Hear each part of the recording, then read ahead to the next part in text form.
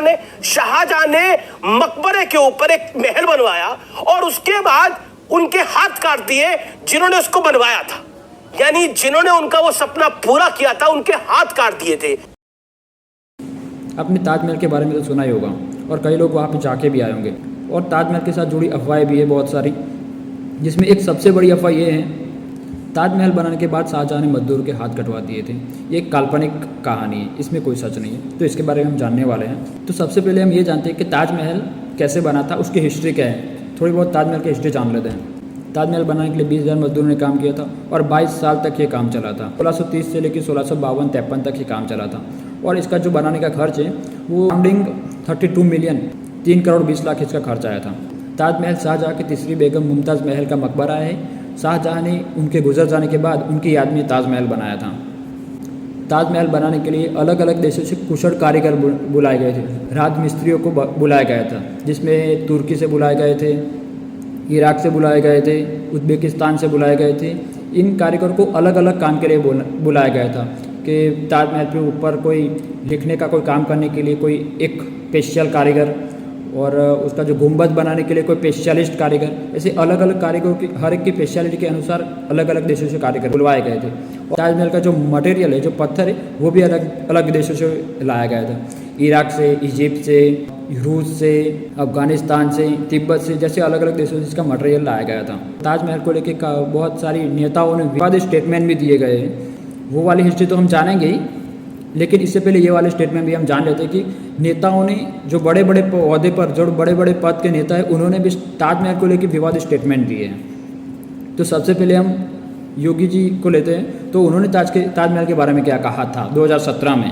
योगी जी ने कहा था कि ताजमहल भारतीय संस्कृति का सच्चा प्रतीक नहीं है। आप ये वीडियो देख सकते हैं। Really reflect Indian culture. He was addressing a rally in Bihar's Darbhanga city, his first visit to the state since he took over as the chief minister of UP, adding that foreign dignitaries are now being gifted the Gita and not un-Indian Taj Mahal replicas. Let's actually give you a sense of what is it that he said, because let's put it in context. So what context was he talking in?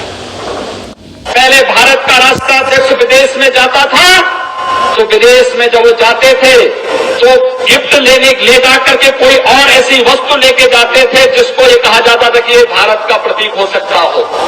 या कोई विदेशी राष्ट्राध्यक्ष भारत आता था तो यहाँ पर जब हम उसे कोई गिफ्ट देते थे तो वह गिफ्ट किस रूप में होता था?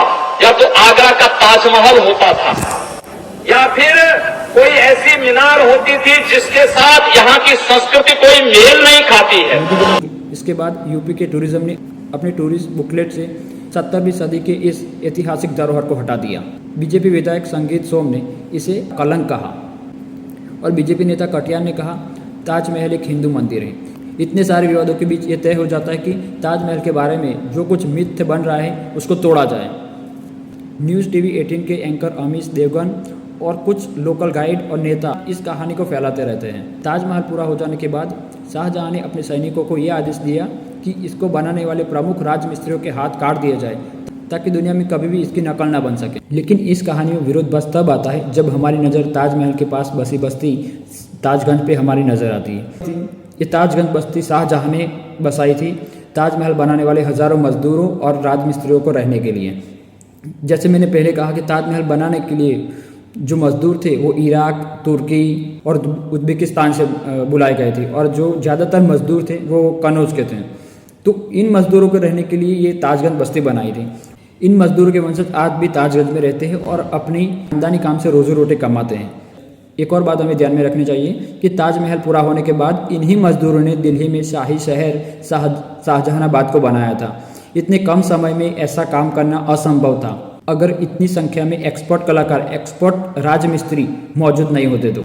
लेकिन कुछ न्यूज एंकर इसे हिंदू मुस्लिम का मुद्दा बनाने के लिए, हिंदू और हिंदुत्व और इसकी बड़ी डेफिनेशन क्या है हमने इस देश में सुना होगा, आपने किताबों में पढ़ा होगा, और किताबों में आप बार बार इसको पढ़ते होंगे कि शाहजहां ने ताजमहल बनवाया, और शाहजहां ने ताजमहल बनवाया उसके बाद लोगों के हाथ काट दिए थे, जो बनाने वाले कर्मी थे उनके हाथ काट दिए थे। बड़े गर्व से इस बात को बताया जाता। पता है क्या किया शाहजहां ने? शाहजहां ने मकबरे के ऊपर एक महल बनवाया और उसके बाद उनके हाथ काट दिए जिन्होंने उसको बनवाया था, यानी जिन्होंने उनका वो सपना पूरा किया था उनके हाथ काट दिए थे।